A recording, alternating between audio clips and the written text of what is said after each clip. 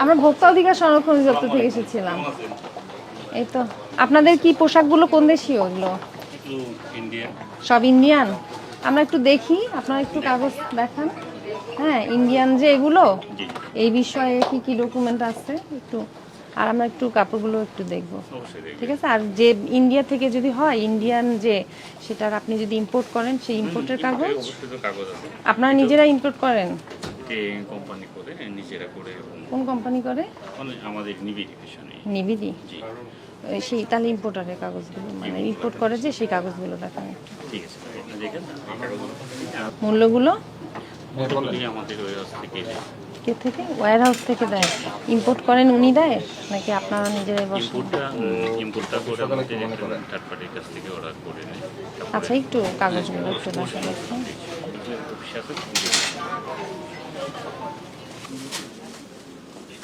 আচ্ছা, একটু বলেন তো, মানে কি বিষয় আপনারা কিভাবে আনেন এটা?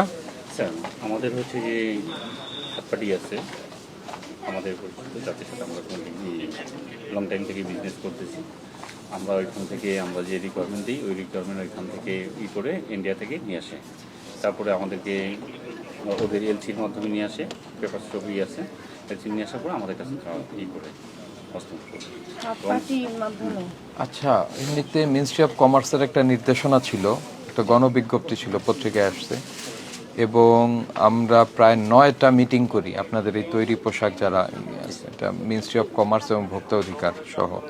তো এখানে আমাদের কিছু ইনস্ট্রাকশন ছিল, সেটা হলো যে যদি আপনারা বাইরে থেকে কাপড় নিয়ে আসেন, তাহলে সেটি ওইখানেই লেখা থাকতে হবে যে মেড ইন ইন্ডিয়া বা এটা থাকতে হবে। তারপরে বাংলাদেশি মূল্যমানের যে মূল্যটা থাকবে সেটা দিয়ে দিবে হচ্ছে আমদানিকারক, যিনি আমদানি করে নিয়ে আসছেন। কারণ আপনি এই মূল্যটা কে দিয়েছেন?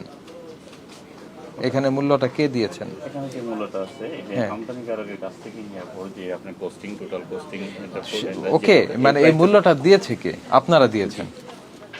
আপনারা দিয়েছেন, আমদানিকারক তার দেয়নি। আমদানিকারকের নামও তো এখানে নাই। না,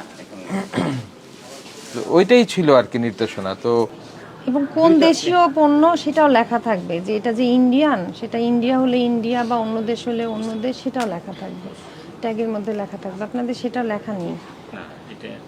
আর যেখান থেকে করেছেন, একটু আগে বললেন থার্ড পার্টির মাধ্যমে নিয়েছেন, যে ইন্ডিয়া বলছেন, সেই থার্ড পার্টি হচ্ছে এই বাংলাদেশি পার্টি, ওনার কাছ থেকে আমরা এই ইন্ডিয়া থেকে উনি ওইগুলো সব আমাদের রিকোয়ারমেন্ট দিই, এই রিকোয়ারমেন্টে ইন্ডিয়া থেকে উনি আমাদেরকে নিয়ে এসে ওনাদের নিজস্ব এলসির মাধ্যমে আসে এবং আমরা আমাদের কাছে আপনার তার কাছ থেকে নেন, আপনাকে ক্রয় রসিদ দেন না? অবশ্যই তো আছে, সেই রসিদ আমাদের ওয়েট হাউস আছে। আমি বলছি এখনই বাড়িতে ফেলতে। এখানে নাই কেন? এটা তো আমাদের অনুরোধ ছিল যে আপনারা এখানে এগুলি রাখবেন, আপনি যেখানে বিক্রি করছেন সেখানেই থাকবে। এখন একটা ধরেন যে আমরা মনিটরিং এ আসলাম, না বিষয়টা বোঝেন না, হ্যাঁ, এখন আমরা মনিটরিং এ আসলাম, তো আপনি এটা দিতে পারছেন না, সময় নিচ্ছেন, তাহলে কি দাঁড়ালো? একটা প্রতিষ্ঠানের পেছনে অনেক সময় আমাদের চলে যাচ্ছে।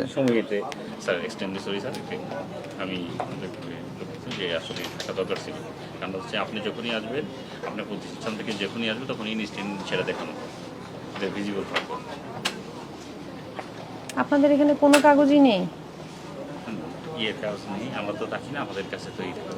না, এটা তো বারবার এই জন্যই বলা হলো যে আপনারা কাগজ রাখবেন, আপনারা সব ডকুমেন্টগুলো কপি করে প্রতিটা আপনাদের আউটলেট যেগুলোতে আছে প্রতিটা আউটলেটে রাখবেন। আর এখানে যতগুলো প্রোডাক্ট আছে, যতগুলো পণ্য আছে, যখন আসে যে পণ্যর বিপরীতে যে ভাউচারগুলো, সেই ভাউচারগুলো এখানে সংরক্ষণ করবেন। এবং বিক্রি না হওয়া পর্যন্ত যতদিন এখানে আছে আপনার আউটলেটে, সেই ভাউচারগুলো আপনাকে রাখতে হবে। হ্যাঁ, তো আপনারা তাহলে, আপনি তো একটাও রাখেননি, দেখাতে পারছেন না। আপনাদের ওয়্যার হাউস কোথায়? গাউসিয়াতে? গাউসিয়া তো শোরুম। গাউসিয়া কয়তলা আপনাদের ওয়্যার হাউস? 3 তলা। ওটা শোরুম না আপনাদের? এরকমই তো মনে হয় আউটলেট। আউটলেটও আছে, ওয়্যার হাউসও আছে। শুনেন, আপনার যদি 10টা আউটলেট হয়, জাস্ট 10 সেট ফটোকপি হবে, এই তো। ফাইন করব আপনাকে, যেহেতু আমাদের নির্দেশনা শুনছেন না, মিনিস্ট্রি অফ কমার্সের নির্দেশনা শুনছেন না।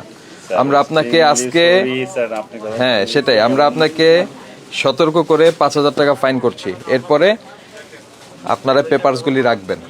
অবশ্যই স্যার, মাস্ট। ওকে, ঠিক আমরা আছে। নিয়মিত তদারকি কার্যক্রম পরিচালনা করি। আমরা কিন্তু তদারকিতে এসে দেখবো যে আপনাদের কাগজগুলো আজকে একদম Next time সতর্ক আসলে করে জরিমানা করা হয়েছে।